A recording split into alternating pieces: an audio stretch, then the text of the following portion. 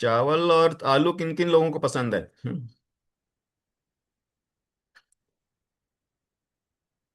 सबको पसंद ही है, मुझे भी बहुत पसंद है और इसको हम रेगुलर अपनी डाइट में इंक्लूड करते हैं। परंतु ये देखा गया है कि ज़्यादातर मैं देखता हूँ कि मेरे पास पेशेंट भी आते हैं कि because of risk of sugar या कुछ और प्रॉब्लम रहती है कि ओबिसिटी हो रहा है, तो वो यूजली चावल को खाना छोड़ देते हैं, आलू को भी खाना छोड़ देते हैं। तो काफ़ी सारे रेस्ट्रिक्शंस अपने आप में लगा लेते हैं। और आज इसी के बारे में जानेंगे कि क्योंकि एक बंदा तो रेगुलर चावल खा रहा है, उसका तो कोई शुगर स्पाइक नहीं हो रहा, पर कुछ लोग हफ्ते में एक दो दिन भी चावल खाते हैं तो उनको ओबिसिटी या शुगर स्पाइक से गुजरना पड़ रहा है। तो ऐसा क्या है कि किस तरह से हम अपनी डाइट में मॉडिफिकेशन करें कि हम इस तरह की डाइट को भी हम इंजॉय कर सकें without any risk of increasing our body weight and sugar.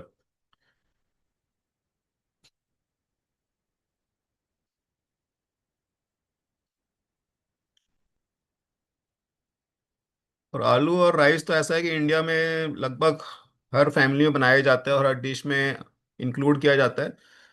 पर हम किस तरह से थोड़ा सा अपना चेंजेस लाएं उसमें पैटर्न में खाने के, कि उसका जो स्पाइक है, शुगर स्पाइक है, जो उसका स्टार्च है जो हमारी शुगर को बढ़ाता है, हमारा ओबिसिटी को बढ़ाता है, उसके कारण जो कॉम्प्लिकेशंस होते हैं उसको हम कैसे हम अवॉइड कर सकते हैं।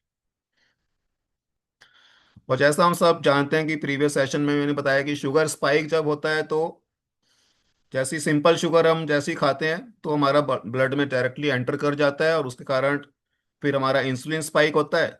और इंसुलिन स्पाइक होगा तो हमारा फैट स्टोरेज होगा। जैसे ग्राफ में भी दिखाया गया है कि आपका जैसे ही आपने कुछ हाई ग्लूकोज या आपने इवन राइस या पोटैटो खाए तो जिसमें बहुत ज़्यादा स्टार्च रहता है, तो आपका शुगर स्पाइक बहुत तेज़ी से बढ़ता है बॉडी में। सर्कुलेशन में जैसे ही शुगर ज़्यादा जाएगा तो सिग्नल जाता है पैनक्रियाज को कि इंसुलिन तेजी से भी बढ़ता है ताकि वो शुगर को कंट्रोल कर सके। और इंसुलिन क्या करता है कि फिर शुगर को अलग अलग टिश्यूज या सेल्स के अंदर लेके जाता है ताकि वो यूटिलाइज हो सके। तो ब्लड में इंसुलिन का लेवल भी बहुत ज़्यादा बढ़ जाता है और इंसुलिन लेवल जब ज़्यादा होगा तो वो हमारा फैट के ब्रेक डाउन को ब्लॉक कर देता है, जिससे फिर फैट हमारा ज़्यादा एक्यूमुलेट होने लगता है, फैट बर्निंग हमारा कम हो जाता है और स्टोरेज को वो बढ़ावा देता है। इवन स्किन में चेंजेस आते हैं, आपका अर्ली एजिंग होता है, मैंने लास्ट टाइम बताया भी था। और एक्ने की भी प्रॉब्लम फिर बढ़ने लग जाती है अगर हमारा इंसुलिन सर्कुलेशन में ज़्यादा रहेगा। और जैसे ही शुगर को वो कम लेके जाता है इंसुलिन, तो फिर हमारे को ग्लूकोज क्रैश होता है कि फिर से हमें भूख लगने लगती है। और ये हमने कई बार नोटिस भी किया है कि जब हम सिर्फ राइस खा रहे हैं लंच में तो थोड़ी देर बाद ही फिर से हमें खाने का मन करने लगता है, क्योंकि वो सारा डाइजेस्ट हो जाता है और उसका एकदम शुगर नीचे चला जाता है हमारे सर्कुलेशन में। तो यही हमें शुगर स्पाइक्स को प्रिवेंट करना है ताकि हम इन सब कॉम्प्लिकेशन से अपने आप को बचा सके। तो क्यों होता है राइस और पोटैटो से शुगर स्पाइक? क्योंकि उसमें डाइजेस्टिबल स्टार्च होते हैं रैपिडली जो ब्लड सर्कुलेशन में आ जाते हैं, उनका ग्लाइसेमिक इंडेक्स हाई रहता है। और स्पेशली जो हमारा वाइट राइस है या बॉइल्ड हम पोटैटोज खाते हैं, उनका बहुत ज़्यादा ग्लाइसेमिक इंडेक्स हाई रहता है और सीधा वो सिंपल शुगर की तरह हमारी सर्कुलेशन में आ जाते हैं। तो क्यों हम अपने मन को मारें, और क्या हम इसका मतलब कि अपने फेवरेट जो हमारे जो खाना है इसको हम इंजॉय नहीं कर सकते? कर सकते हैं, पर हमें थोड़े से चेंजेस लेके आने हैं। तो सॉल्यूशन क्या है कि हमें उनको खाना बंद नहीं करना है, पर उनको किस तरह खा रहे हैं उसको थोड़ा चेंज करेंगे। सबसे पहले जानते हैं कि स्टार्च क्या होता है। स्टार्च भी एक तरह का कार्बोहाइड्रेट है। जैसे हमने पहले पढ़ा भी था कि कार्बोहाइड्रेट दो तीन तरह के होते हैं, तीन तरह के होते हैं कि मोनोसैक्राइड, डाइसैक्राइड एंड पॉलीसैक्राइड। तो पॉलीसैक्राइड में ही स्टार्च कैटेगरी को आता है कि जो हमारा कॉम्प्लेक्स कार्बोहाइड्रेट में इसको गिना जाता है। ये भी एक ग्लूकोज मॉलिक्यूल से बने रहते हैं और एनर्जी के सोर्स भी रहते हैं हमारी बॉडी को।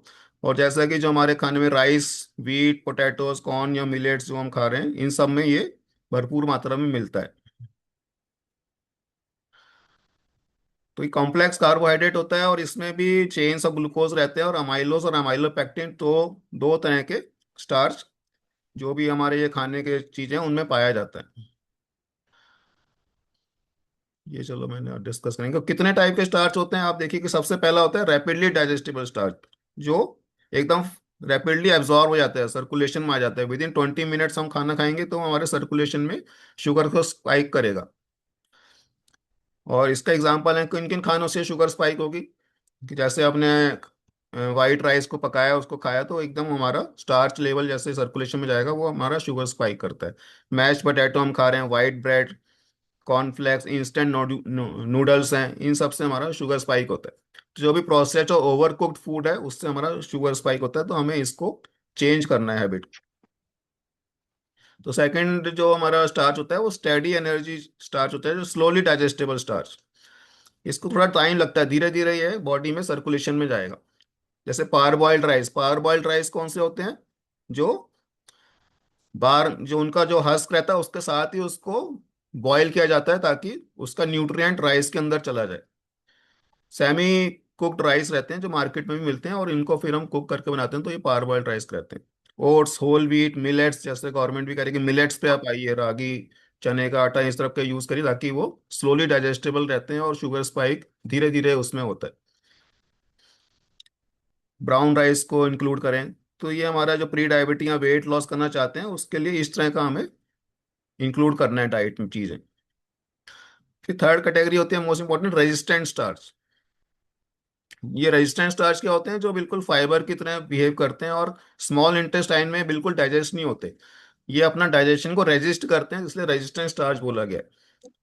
और ये सीधा भी लार्ज इंटेस्टाइन में जाते हैं, गट माइक्रोबायोम से मिलते हैं, वहाँ पे इनका फर्मेंटेशन होता है, और फिर वो शॉर्ट चेन फैटी एसिड्स और हमारा गट हेल्थ को इंप्रूव करते हैं।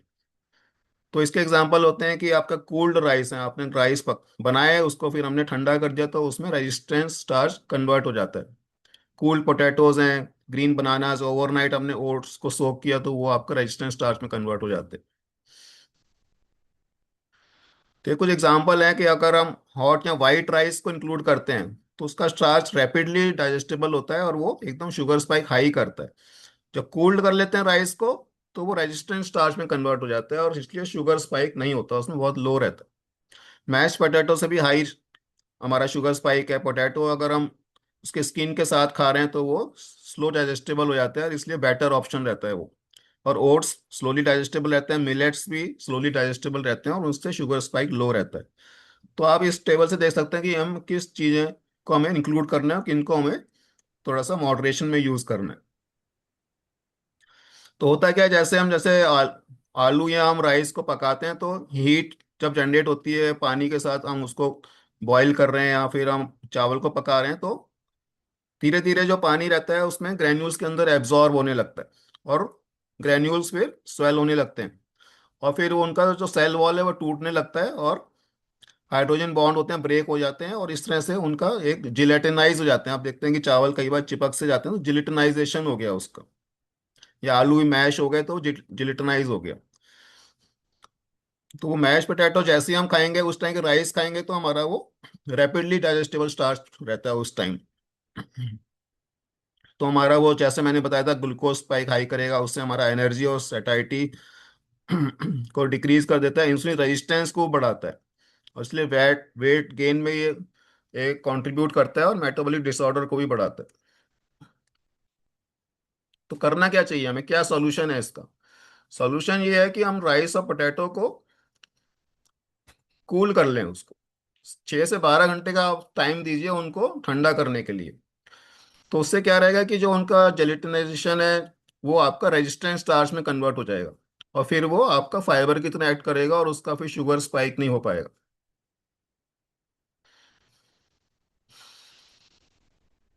तो स्टार्टिंग में आप देखिए कि जब हम खा रहे हैं, पका रहे हैं, तो वो नॉन डाइजेस्टेबल है, क्रूड स्टार्च है जब वो कच्चा है ना। जैसे ही हमने कुक किया तो वो डाइजेस्टेबल फॉर्म हो गया, पर वो एक रैपिडली एब्जॉर्प्शन होने लगता है, जिलेटिनाइजेशन हो गया, और जब हमने उसको कूल कर लेते हैं, स्टोर कर लेते हैं, तो वो रेजिस्टेंट स्टार्च में कन्वर्ट हो जाते हैं और इनडाइजेस्टेबल फॉर्म में कन्वर्ट हो जाते हैं, जिससे हमारा शुगर स्पाइक नहीं होगा।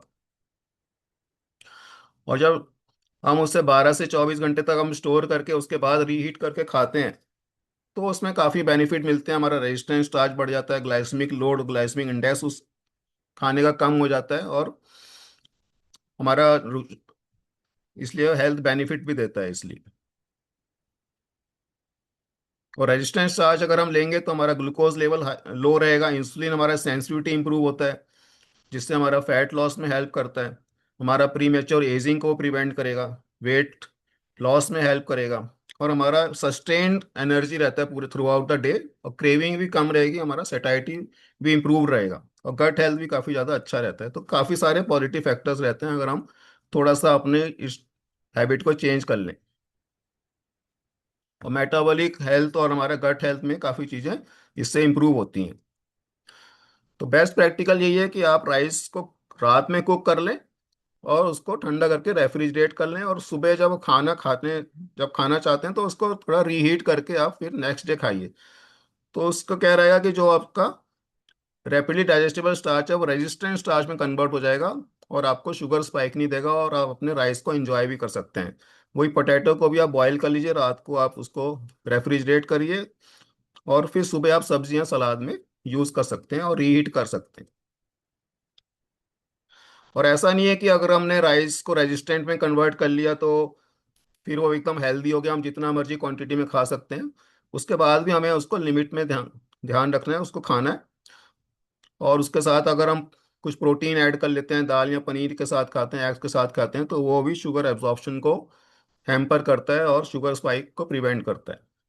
इसी तरह हमें फाइबर सैलेड को इसलिए खाने से पहले खा लेना चाहिए, ताकि हमारा सैलेड पहले चला जाएगा तो एक गट में लाइनिंग बना देता है और शुगर एब्जॉर्प्शन को हैम्पर करता है। इसलिए ग्रीन सब्जी ये सब हमें पहले खा लेनी चाहिए, फिर हमें कार्बोहाइड्रेट रोटी या चावल को लेना चाहिए। तो स्मार्ट प्लेट ये है कि आप सलाद से स्टार्ट करिए, और फिर दाल और पनीर प्रोटीन लीजिए, और उसके बाद लास्ट में आप कार्बोहाइड्रेट को अपनी डाइट में इंक्लूड करें, तो आपका मिनिमम शुगर स्पाइक होगा और ग्लूकोज एब्जॉर्प्शन सबसे कम रहेगा। और हेल्दी फैट्स को हम इंक्लूड करते सकते हैं, घी और नट्स और कोकोनट ऑयल को हम यूज़ कर सकते हैं, जो भी हमारा डाइजेशन को स्लो करते हैं। और साथ में जैसे हम पहले भी बताएं कि लेमन या विनेगर को आप ऐड करिए तो भी न्यूट्रिएंट के एब्जॉर्प्शन को खाने में बढ़ा देता है, और पोस्ट मील स्पाइक को रिड्यूस करता है। और साथ में अगर हम वॉकिंग करते हैं डिनर या लंच के बाद, वो भी हमें को काफ़ी हेल्पफुल रहता है, और हमारा ग्लूकोज यूटिलाइज होने लगता है मसल्स के थ्रू।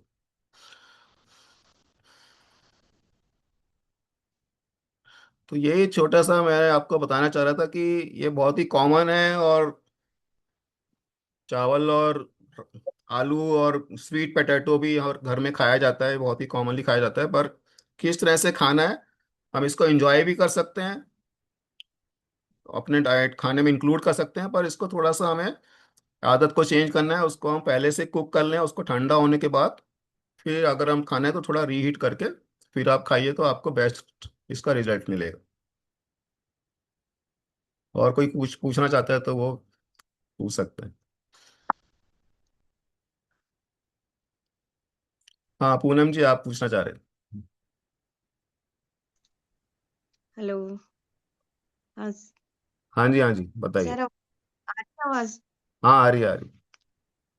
सर मैं ये पूछना चाह रही थी, जैसे हम चावल को उबाल के खाते हैं, मतलब मांड निकाल देते हैं उसका पानी, तो क्या तब भी ठंडा करने की आवश्यकता है क्या? हाँ ठंडा तो करना है आपको। मतलब मांड निकालने के बाद भी? हाँ माड़ ना निकाले तो अच्छा है, माड़ को आप क्यों निकालते हैं, उससे न्यूट्रिएंट लॉस हो जाता है चावल का। स्टार्च के लिए ना सर, कि स्टार्च चला जाए उसका, और शुगर पेशेंट नहीं हूँ नहीं, तो फिर मेरे स्टार्च के को साथ साथ तो उसमें जो थोड़ा बहुत प्रोटीन या उसमें मिनरल्स रहते हैं वो भी बाहर हो जाते हैं, है ना। अच्छा, तो मतलब मांड नहीं निकालना माड़ चाहिए? ना निकालें, और उसको आप जितना पानी में बॉयल हो जाता है उसी को यूटिलाइज करें, और फिर उसको ठंडा करके आप नेक्स्ट या सुबह बना ले तो शाम को खा सकते हैं इजिली, है ना। Thank you sir. Thank you.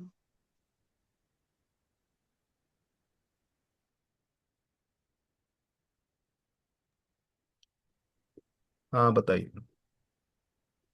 Doctor मैं बोल प्रियंका। सकती हम्म। Thank you so much. और बहुत ही एनलाइटनिंग वो ये सेशन रहा, क्योंकि चावल जो है और आलू है ना, मुझे लगता है कि ये दो चीजें जो हर घर में ऑलमोस्ट डेली ही बन रहा है। और आलू का तो रहता ही है कि भाई उसी टाइम आलू उबालते हैं और तभी वो मैश करके उसके पराठे, आलू के पराठे, या मे बी आलू की सब्जी बन रही है, या सूखी सब्जी आलू का वो बन जाता है। या चावल का भी ट्रेंड यही है कि भाई हाँ 12-1 बजे बीच में लंच टाइम में जब जैसे हस्बैंड आ रहे हैं या जो भी है ना, तो उसी टाइम हाउसवाइफ्स बना रही हैं कि भाई हाँ गरम गरम वो खाना है। तो पर यहाँ आज समझ आया कि वो शायद हम टेस्ट बर्ड्स के लिए अपनी वो 2 इंच की टंग को पुश करने के लिए हम लोग इतना वो उसको कर रहे हैं, बट वो अल्टीमेटली स्पाइक, जो सर ने बताया कि ग्लूकोज स्पाइक से वो नुकसान हो रहा है ना, that is causing all the बीमारी। तो एक बहुत ही एनलाइटनिंग सेशन है ये कि जैसे अब ये है कि अगर एक दिन पहले बना पाए और अगले दिन तक उसको फ्रिज कर मतलब रेफ्रिजरेट करके और उसको यूज करें, या मे बी सुबह बना के फिर हम लंच में क्योंकि 6 से 12 घंटे भी अगर कूल हो रहा है, तो if we cook in the morning की 6-7 बजे 7 बजे भी कुक कर लो, और फिर 1-2 बजे वाला लंच टाइम में खा रहे हैं, तो भी वो ठंडा तो हो जा रहा है चावल ना। तब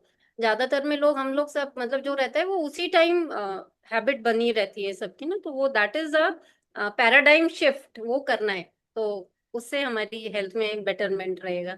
तो आज का सेशन बहुत ही अच्छा रहा, एंड और किसी को अगर कुछ और क्वेश्चंस हैं तो पूछ सकते हैं, अदरवाइज फिर इस सेशन को हम यहीं पे एंड करते हैं, एंड फिर मिलेंगे नेक्स्ट नेक्स्ट वीक एक और कोई बढ़िया टॉपिक से। एंड आप लोग भी अपने सजेशंस बिल्कुल दे सकते हैं, कुछ आप लोगों के मन में आता हो कि हाँ ये टॉपिक अगर टच हो तो अच्छा रहेगा, या इस पे कुछ है ना, तो आप यहाँ भी चैट पे डाल सकते हो या ग्रुप में डाल सकते हो। मैडम ये जैसे चावल बनाते हैं कुकर में बनाने चाहिए या खोल के बनाने चाहिए भगोने में, पतीले में? ये जी, तो ये भी एक बहुत अच्छा क्वेश्चन है कि कुकर में चीज बननी चाहिए या खुले में बननी चाहिए।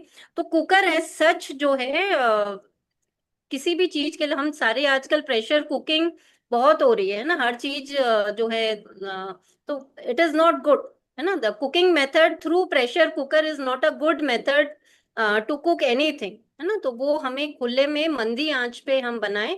और जैसे पूनम जी ने भी कहा था कि वो मांड जो हम फेंक रहे हैं, हम एक्स्ट्रा पानी डाल रहे हैं और फिर हम सोच रहे हैं कि हम मांड फेंक दें, कि हमारे को इतना तो समझ है कि भाई वो हमें नुकसान करेगा, बट उसके साथ बहुत सारे जो और उसमें विटामिन मिनरल्स थे वो भी बह गए।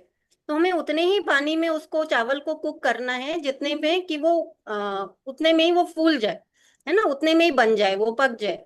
तो pressure cooking is not good. तो आप उसको सिंपल पतीले में या जो भी आपका पैन है उसी में बनाए, वो ही सही रहेगा। और मंदी आंच पे कभी भी हीट मतलब कुकिंग जो है कभी हाई फ्लेम पे नहीं करना है, क्योंकि हाई फ्लेम पे कुक करते ही बहुत सारे न्यूट्रिएंट्स लॉस होते हैं। और बाकी सर को कुछ ऐड करना हो तो बिल्कुल कर सकते हैं, अदरवाइज फिर हम धन्यवाद। थैंक यू, सेशन धन्यवाद, धन्यवाद। Thank thank you. यू। चलिए, तो thank you very much session and आप सबका। Thank you. Thank you sir. Thank you sir.